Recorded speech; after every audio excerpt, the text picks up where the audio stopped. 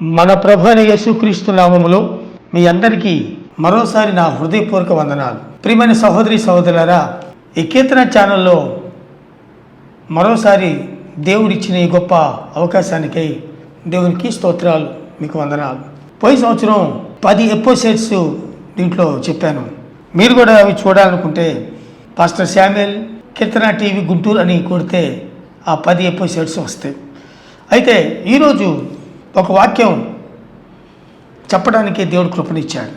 మరి దేవుడే అవకాశం ఇచ్చి మీతో మాట్లాడటానికి, మీతో కొన్ని విషయాలు పంచుకోవడానికి ఇచ్చే అవకాశానికి దేవునికి స్తోత్రాలు. ఈరోజు బైబిల్లో నుంచి పోయినసారి వరుస పెట్టి మీకు బైబిల్లో చాలా విషయాలు చెప్పాను. గుడారంలో గురించి చెప్పాను, కానీ మరలా దేవుడి వచ్చే వారం నుంచి మరలా గుడారం గురించి, టెబర్నికల్ గురించి, వాటిలో వస్తువుల గురించి చెప్పడానికి ప్రయత్నం చేస్తాను. అయితే ఈరోజు మనము ఇంట్లో వాడుకునే బిందెలు ఉన్నాయి, కుండలు ఉన్నాయి. బైబిల్లో కుండల గురించి కొన్ని విషయాలు స్పష్టంగా దేవుడు మాట్లాడాడు. అయితే ఆ కుండల గురించి మనం తెలుసుకోవాల్సిన కొన్ని పద్ధతులు ఉన్నాయి. దేవుడు బైబిల్లో రాసించిన ప్రతి మాట మనం ఆధ్యాత్మిక సంబంధంగా ఎదగటానికి, మనం ఆధ్యాత్మిక సంబంధంగా ఫలించడానికే దేవుడు పెట్టాడు. కాబట్టి ఈ వాక్యం వింటున్న మీరు ఏదో వాక్యం చెప్పారు, అందరితో పాటు చెప్పారు అని కాదు, కానీ ఆ వాక్యం విని దాని ప్రకారం మనం గైకొనకపోతే దేవుడికి చాలా బాధ కలుగుతుంది. కాబట్టి ఈరోజు ఈ వాక్యం ప్రారంభించబోయే ముందు చిన్న ప్రార్థన చేసుకుందాం. మహోన్నతుడ మహాగణుడ వందనాలు. నీ వాక్యమే సత్యం, సత్యమైన మీ వాక్యాన్ని చెప్పడానికి ఇచ్చిన అవకాశానికై దేవునికి స్తోత్రాలు చెల్లిస్తూ, మా జీవితాలలో మేము నాయన పరిశుద్ధాత్మ దేవ మీరు ఇచ్చిన అవకాశం బట్టి ఆ దేవాదేవుడికి మీకు కృతజ్ఞతలు. మా రక్షణలు నడిపించి పాప శాపని విడిపించేందుకు స్తోత్రాలు చెల్లిస్తూ, ఈ వాక్యం ద్వారా నాతో అందరితో మాట్లాడమని నజరేయుడైన యేసుక్రీస్తు నామములో ప్రార్థిస్తున్నాము తండ్రి, ఆమేన్. మంచిది, మరోసారి బైబిల్లోంచి కొన్ని విషయాలు చెప్పుకుందాం. మొదటిగా రూతు గ్రంథం 2వ అధ్యాయం 9వ వచనం చదువుదాం. రూతు గ్రంథం 2వ అధ్యాయం 9వ వచనం. వారు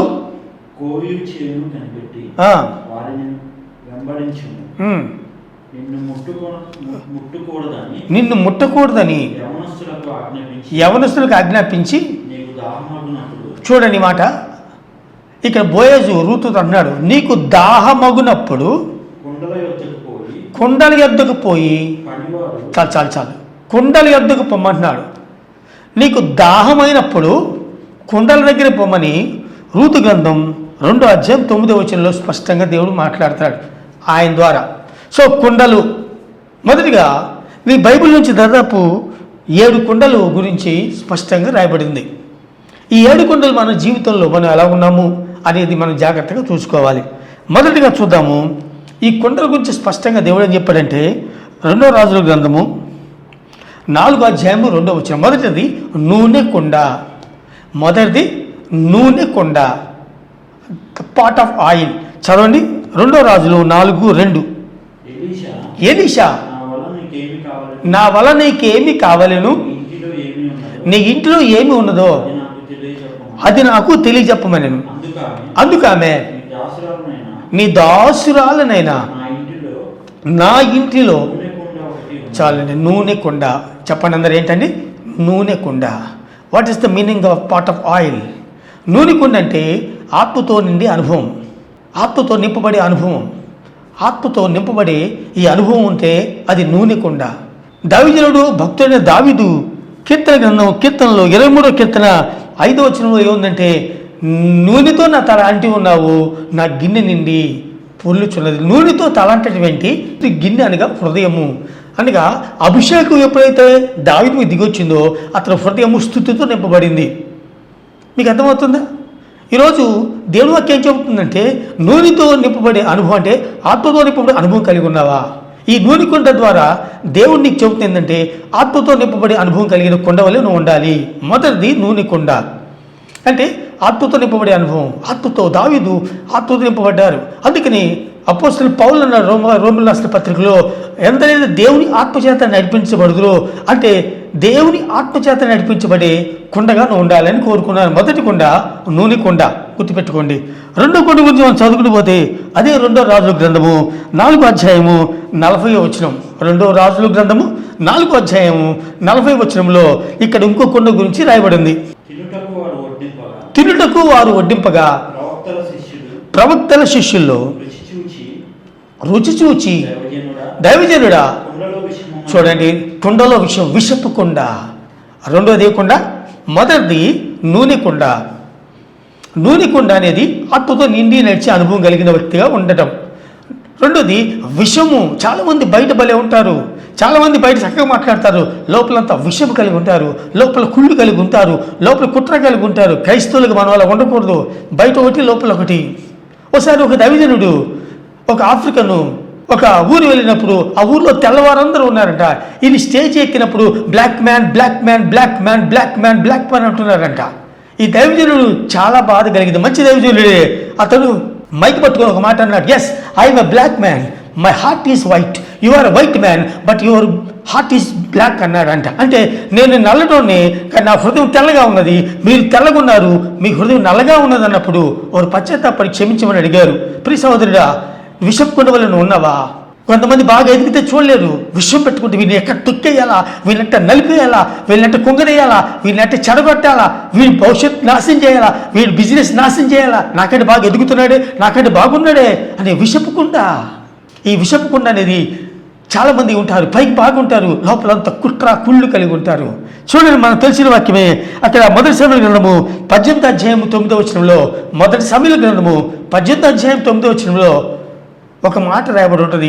దావీదు యుద్ధం చేసి వచ్చినప్పుడు దావీదుకు 10,000, సౌలుకు 1000 అని కేకలేసినప్పుడు సౌలు అంతవరకు బాగానే మాట్లాడిన సౌలు, అంతమంది బాగా మాట్లాడిన సౌలు ఒక మాట అంటున్నాడు. ఒక మాట స్పష్టంగా పరిశుద్ధాత్ముడు రాయించాడు. కాబట్టి నాట నుండి సౌలు దావీదు మీద విషపు చూపు నిలిపెను. విషపు చూపట్ట సౌలు బాగానే ఉన్నాడు, ఆత్మని పడే వ్యక్తే, ఒకరోజు దేవుడు స్తుతించిన వ్యక్తే, ఒక దేవుడు ఆరాధించిన వ్యక్తే. నువ్వు వెళ్తా ఉంటే దేవుడు ఆత్మ మీదకి వస్తుంది, నువ్వు ప్రాక్తుల్లో పడి ఆనందిస్తావు అని చెప్పిన సమూయేలుతో చెప్పిన సౌలే మారిపోయాడు. దావీదుకు 10,000 కానీ లోపల విషం కలిగి ఉన్నాడు. పైకి బాగానే ఉన్నట్టు నటిస్తున్నాడు, లోపల విషం ఉంది. నువ్వు విషపు కుండ వల్ల ఉంటే జాగ్రత్త, సో డేంజర్. విషపు కుండ వల్ల నువ్వు ఉన్నావా?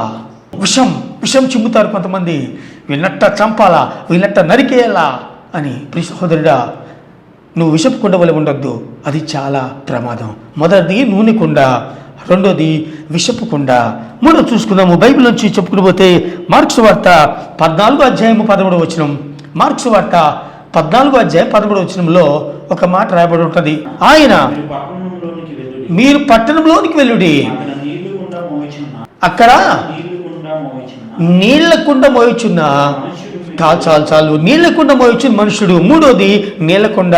నీరు అనేది మనకు చాలా సామాన్యంగా చెప్పవచ్చు, ఏంటంటే అది కేవలము అది వాక్యము. నూనె కుండ వాక్యానికి సాదృశ్యం.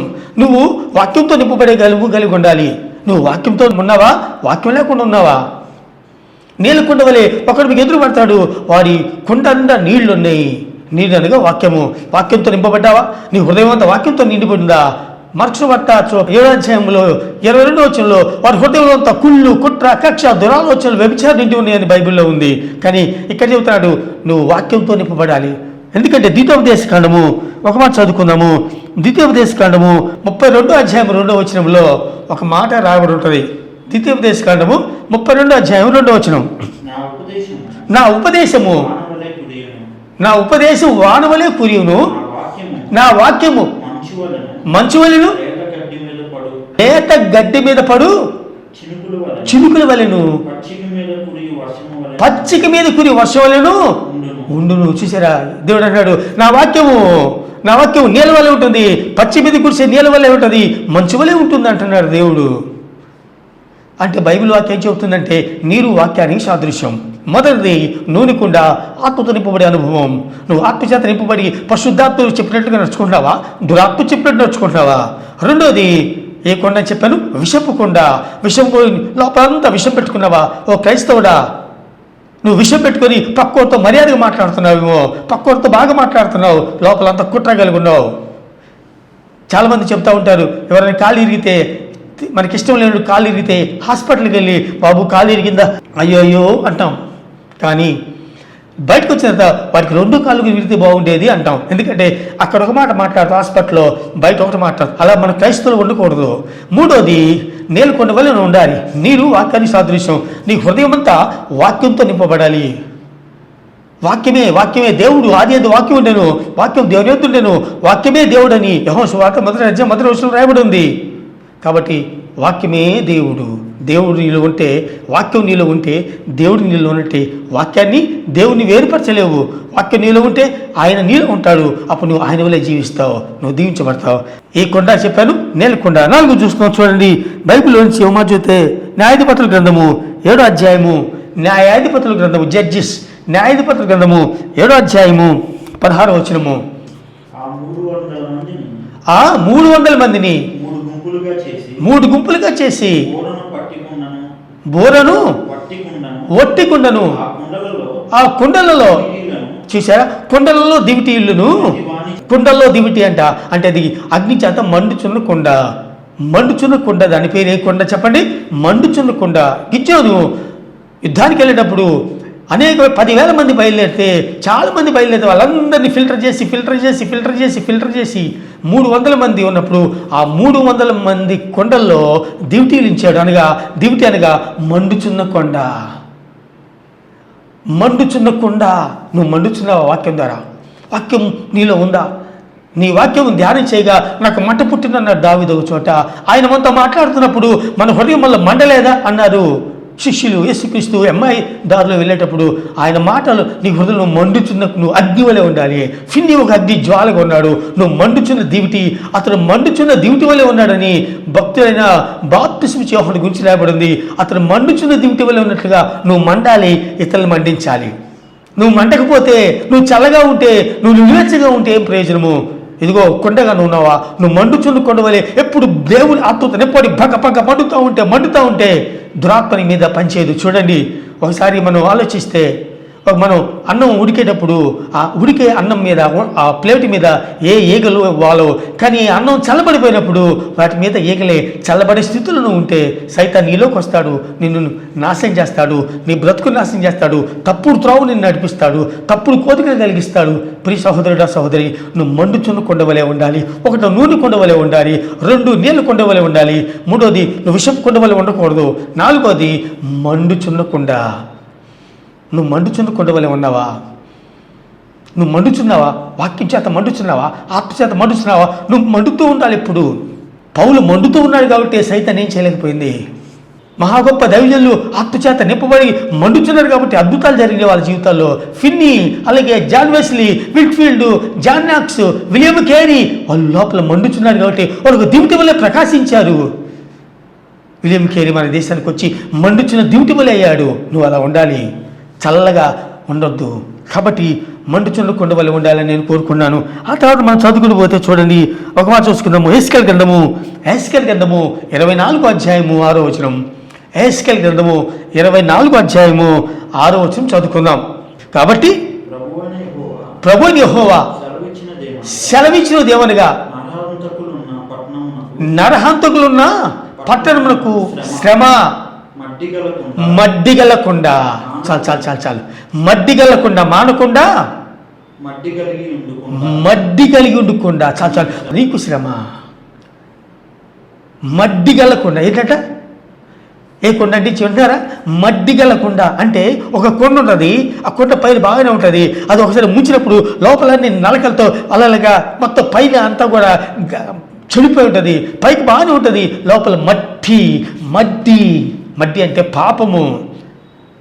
పైన బాగానే ఉంటారు, తెల్ల డ్రెస్ చేసుకుంటారు, మెల్లో సిలువ వేసుకుంటారు, చేతికి యేసుక్రీస్తు బొమ్మ పెట్టుకుని రింగు పెట్టుకుంటారు. కానీ మడ్డి గెలకుండా నీకు శ్రమ. మానక మడ్డితో ఉన్నావా? మానక పాపం చేస్తున్నావా? పాపాలు చేస్తూ జీవిస్తున్నావా? నీకు శ్రమ రాబోతుంది, జాగ్రత్త. ఒకరోజు నిత్య నరకంలో నువ్వు భయంకర ఖాళీ స్థితిలో ఉంటావేమో. నీలో మడ్డి ఉందేమో, నీలో పాపం ఉందేమో, నీలో కుళ్ళు ఉందేమో, నీలో కుట్ర ఉందేమో, నీలో కుచిత ఉందేమో, నీలో మోసం ఉందేమో, నీలో దగా ఉందేమో, ఇతరులను నాశనం చేస్తున్నావేమో. అపవిత్రత కలిగి, అపవిత్ర జీవితం కలిగి, తలంపులు అపవిత్రత, చూపులు అపవిత్రత, మాటలు అపవిత్రత, హృదయంలో అపవిత్రత, జీవితంలో అపవిత్రత కలిగి జీవిస్తున్నావేమో. జాగ్రత్త సుమి, డేంజర్. క్రీస్తు బయట డేంజర్. ఈరోజు చెబుతున్న మాట అదే బైబిల్లో. మడ్డి గలకుండా, మడ్డి వెళ్తే పైకి బాగానే ఉంటాయి నీళ్ళు, అప్పుడు ఒక కనుక ఆ కుండలో కనుక ఒక గ్లాస్ పెట్టి తిప్పగానే లోపల ఉన్న నలకలన్నీ పైకి వచ్చేసి అవన్నీ కూడా ఒక విధ మలినమైపోకుండా, ఆ నీళ్ళన్నీ మలినమైనట్టుగా లోపలంతా మలినము, లోపలంతా మకిలి, లోపలంతా కూడా ఎక్కడ చూసినా కానీ ఒక అపవిత్రమైన జీవితం, ఒక అపవిత్రత, ఒక కుచితము, ఒక కుట్ర. క్రైస్తవులుగా నువ్వు అలా ఉండకూడదు కదా. అలాంటి కొండగా నువ్వు ఉన్నావా? మడ్డి గలకుండగా ఇప్పుడే నీ జీవితం మార్చుకో. నీళ్ళు మడ్డి తీసేసుకో. మడ్డి గలకుండా నీకు శ్రమ, మానక మడ్డి గలకుండా, మానకుండా పాపం చేస్తున్నావు కుండా నీకు శ్రమ రాబోతుంది అంటున్నాడు బైబిల్లో దేవుడు. కాబట్టి ఇంకో మాట చూసుకున్నాము. ఆ తర్వాత చూద్దాము. ఇర్మియా గ్రంథము 22వ అధ్యాయము, ఇర్మియా గ్రంథము 22వ అధ్యాయము 28వ వచనం. కొన్యా ఇతడు హేయమైన కెన్యా, ఏం పేరు ఇతని పేరు? కొన్యా. ఇది ఎవరు? ఈ కొన్యా అనేవాడు యూదుల రాజు. బబులోను దేశానికి బానిసగా వెళ్తున్న వాడు వీడు. యూదుల రాజు ఇతడు. వీడు భయంకరమైన జీవితం జీవిస్తున్నాడు. కొన్యా, దేవుడు మాట్లాడుతున్నాడు. కొన్యా, ఓటికుండ వంటి వాడా. ఓటికుండ అండి వీడు. ఓటికుండ అంటే బలహీనమైన కొండ. కొన్యా అనేవాడు ఒక ఓటికుండ అంటాడు. ఓటికుండ అంటే మీకు తెలుసు కదా, ఓటికుండ దేనికి వాడతారు? ఓటికుండ దేనికి వాడతారు? పాత రోజులు చూస్తే ఒక కొండను పగలు కొడితే ఆ కొండ అంతా కూడా ఇసుక పోసి ఉమ్ము వేస్తారు. ఇట్లా ఉమ్ము వేసుకోవడానికి వాడతారు ఆ కొండని. కొండ కలిగి ఉన్నాడట. ఓటికుండలు అంటాడు. బలహీనుడు, ఆత్మలో బలహీనుడు ఇతడు. కొన్యా, వీడు యూదారాజు, బలహీనమైన వాడు, భయంకరుడు, దుర్మార్గుడు. వీడు బబులోను దేశానికి తీసుకెళ్తున్నారు బానిసగా. వీడు బానిస, సాతానికి బానిస. నువ్వు సాతానికి బానిసగా ఉన్నావా? సాతాను చెప్పినట్టు వింటున్నావా? దేవుడు చెప్పిన పద్ధతులు మానుకొని సాతాను చెప్పినట్టుగా నడుస్తున్నావా? సాతాను చెప్పినట్టుగా చూస్తున్నావా? సాతాను చోటుకి వెళ్తున్నావా? నేనంటాను, బార్ షాపుల్లో నీకేం పని? కిల్లి కోట్ల దగ్గర నీకేం పని? సినిమా హాల్ దగ్గర నీకేం పని? ఓ క్రైస్తవుడా, ఓ సహోదరి సహోదరుడా, ఓ బలహీనమైన వాడా, నీకేం పని? అక్కడ ఉండకూడదు కదా నువ్వు. ఒక చోట అన్నాడు దేవుడు, ఇక్కడ నీకేం పని? నువ్వు చేయించున్నది ఏంటన్నాడు ఒక చోట దేవుడు. కాబట్టి ఈరోజు గుర్తుపెట్టుకో, ఓటికొండ వల్ల నువ్వు ఉన్నావా? ప్రమాదం. ఓటికొండ. ఒకసారి దావీదు, నేను ఓటికొండ లాంటి వాడిని అంటే బలహీనమైన కొండ, కొట్టగానే పగిలిపోయే కొండ, అది ఎవరికి ఉపయోగపడిన కొండ, అది నిష్ప్రయోజనకరమైన కొండ. అందుకే విన్న వాక్యం వారికి నిష్ప్రయోజనం ఆయను అని బైబిల్లో ఉంది. నువ్వు ఓటుకుండ వల్ల ఉంటే ఉమ్మి వేసే స్థితిలో ఉంటావు. నువ్వు చల్లగా లేవు, నువ్వు వెచ్చగా లేవు, నువ్వు నులివెచ్చకున్నావు. కాబట్టి నిన్ను నా నోటిని ఉమ్మేస్తాను, నీ దీపస్తంభం తీసేస్తాను అంటున్నాడు దేవుడు. కాబట్టి ఈరోజు నువ్వు ఓటుకుండ వల్ల ఉంటే మారు. బైబిల్లో చాలా విషయాలు చెప్పుకున్నాం. అనుకోమని చివరిగా చూద్దాం. యోహాను సువార్త 4వ అధ్యాయము 29వ వచనం. యోహాను సువార్త 4వ అధ్యాయము 29వ వచనంలో ఇక్కడ ఆమె పేరు సమరయ స్త్రీ. ఆమె సమరయ స్త్రీ. అక్కడ చదువుదన్నమాట. యోహాను సువార్త 4వ అధ్యాయము 29వ వచనం. మీరు వచ్చి పై వచనంలో అంట, ఆమె కుండను విడిచిపెట్టి, ఆ స్త్రీ తన కుండను విడిచిపెట్టి. ఇది ఏ కొండ? ఒట్టి కొండ. చెప్పండి అందరు, ఏ కొండ? ఒట్టి కొండ. ఇది ఖాళీ కొండ. చాలామంది ఆత్మలో నింపడారు అంటారు, లోపలంతా ఎంటీగా ఉంటారు. వారు హృదయం అంతా కడుక్కుంటారు, శుద్ధి చేసుకుంటారు, కానీ లోపల ఖాళీగా ఉంటారు. మళ్ళీ దురాత్మ వచ్చింది. ఒక అపవిత్ర ఆత్మ తాను విడిచిన ప్రదేశాన్ని పోయి మరలా వచ్చి చూస్తాడుకొని అది శుభ్రంగా ఉంటుట ఊటి ఉండడు చూచి తనకంటే మళ్ళీ చెడ్డమైన దెయ్యాన్ని తీసుకొచ్చింది. అప్పుడు వారి జీవితం అంతకంతకు దిగజారిపోద్ది. చాలామంది ఒట్టికుండ వలె ఉంటారు. ఒట్టికుండలాగా పైకి భక్తిగా ఊగిపోతారు, మందిరంలో ఊగిపోతారు. మందిరంలో ఒక ఆమంది, పాస్టర్ గారండి, నా మీద ఆత్మ వచ్చిందంటే నేను అందరిని తొక్కుకుంటూ అభిషేకంతో స్టేజ్ ముందుకు వెళ్తానంటుంది. తొక్కుకుంటూ వెళ్తుందట పైకి.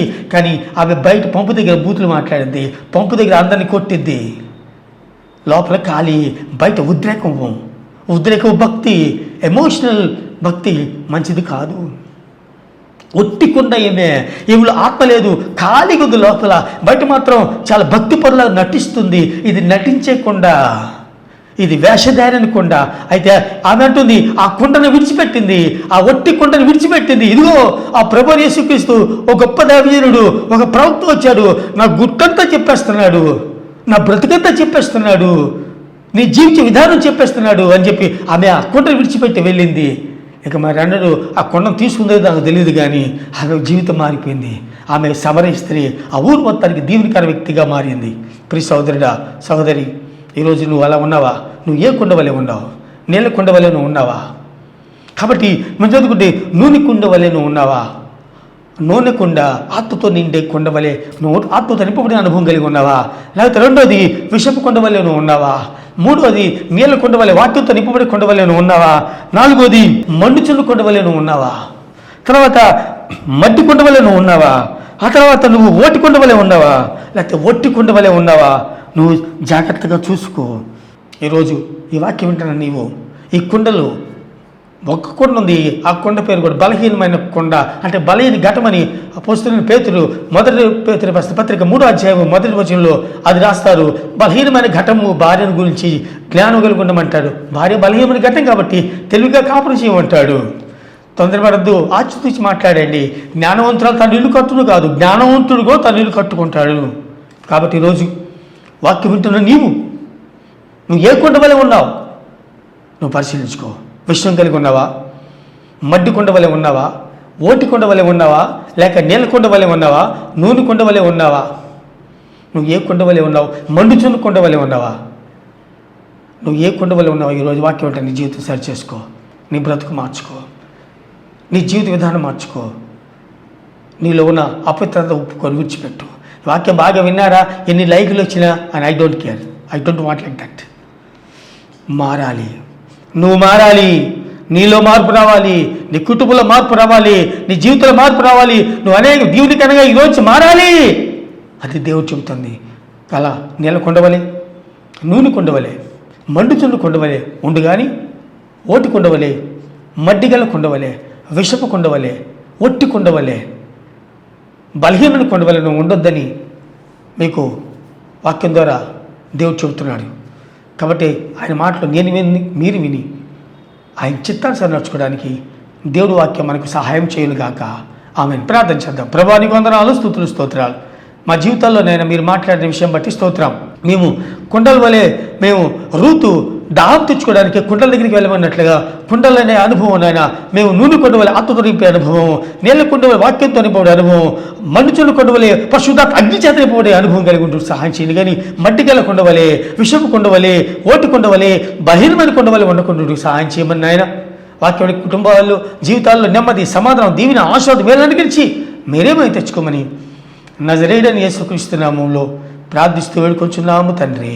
ఆమేన్. తండ్రి నా దేవుని ప్రేమ, కుమారుడైన యేసుక్రీస్తు కృప, పరిశుద్ధాత్మిక అన్యోన్య సహవాసము ఇప్పుడు ఎల్లప్పుడూ సదాకాలం మనకు తోడైండి వాక్యానుసార జీవితం మనందరికీ అనుగ్రహించి పరలోక సంబంధులుగా మార్చి తన ఆత్మమై తెచ్చుకొనుగాక. ఆమేన్, ఆమేన్, ఆమేన్. అందరికీ వందనాలు. God bless you all. మరి దేవుడి చిత్తమైతే ఇంకా వచ్చే వారం నుంచి టెబర్నికల్ గురించి వాటిలో ఉన్న విషయాల గురించి చెప్పడానికి ప్రయత్నం చేస్తాను. మరలా పోయినసారి 10 ఎపిసోడ్లు కొన్ని ఎపిసోడ్లు నేను చెప్పాను కొన్ని. ఒకవేళ మీరు మళ్ళీ చూడాలనుకుంటే పాస్టర్ శామ్యుయల్ కీర్తన టీవీ గుంటూరు అని కొడితే ఆ 10 మెసేజ్లు వస్తాయి, వినండి. మీరందరూ కూడా దీని వాక్యం విని దీని ప్రకారం నడుచుకోండి. మరలా కలుసుకునేంత వరకు దేవుడు మిమ్మల్ని దీవించి మనందరం దీవించి వదిలేసేను గాక. Amen. God bless you all.